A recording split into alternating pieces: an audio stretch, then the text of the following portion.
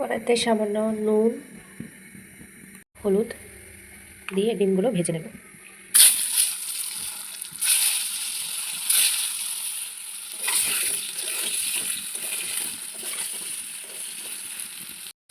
ডিম ভাজা হয়ে গেছে, উঠিয়ে নিচ্ছি।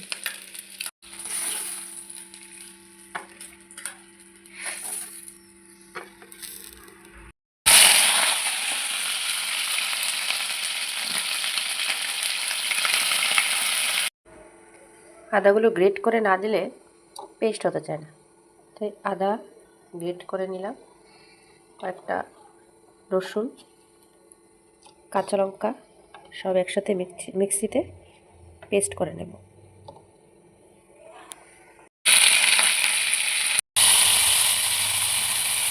নুন হলুদ দিয়ে ফুলকপিগুলো ভালো করে লাল লাল করে ফ্রাই করে নেব।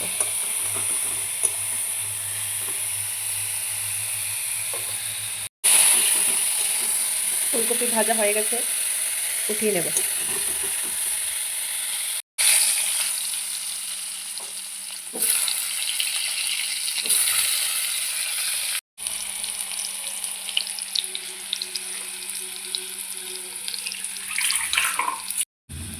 নুন হলুদ দিয়ে আলুগুলো ফ্রাই হয়ে গিয়েছে, এবার উঠিয়ে নেব। ওই কড়াইতে তেজপাতা, পাঁচফোড়ন দিয়ে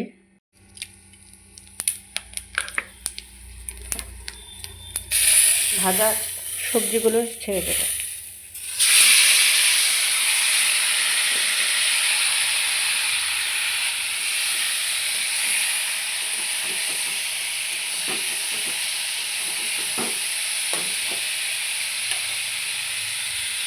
কষানো হয়ে গেছে, এখানে হলুদ, লঙ্কা গুঁড়ো, ধনে গুঁড়ো, জিরে গুঁড়ো সব দিয়ে দেবো।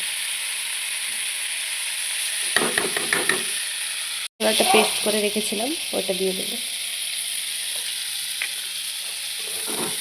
ভালো করে আরেকটু কষিয়ে নিলাম। মশলা কষানো হয়ে গেছে, জল দিয়ে দেবো।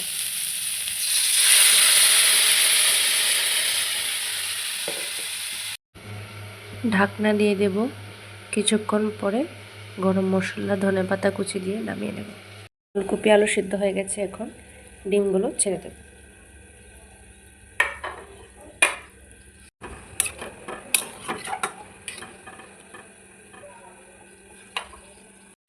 গরম মশলা দিয়ে দিচ্ছি, একটু চিনি দেব মশলাগুলো ব্যালেন্সিংয়ের জন্য। ধনেপাতা কুচি। তৈরি হয়ে গেল হাঁসের ডিম ফুলকপি আলু দিয়ে। কেমন হলো ভিডিওটা জানাবেন।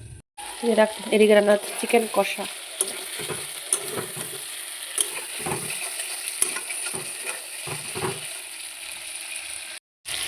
রান্না করছি অথচ নুন দেয়নি, মানে যা তা অবস্থা। নুন না দিলে ঘিও মাটি, আর এটা তো চিকেন, তাই বলি কষা হচ্ছে না কেন।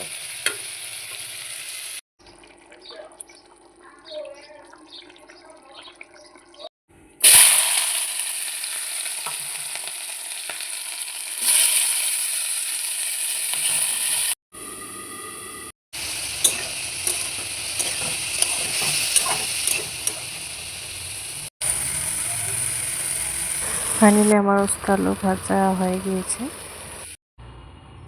শুভ দুপুর সবাইকে, শুভ দুপুর। চলো টাটা, বাই বাই, দেখা হচ্ছে অন্য একটা ভিডিওতে। Thanks for watching everyone.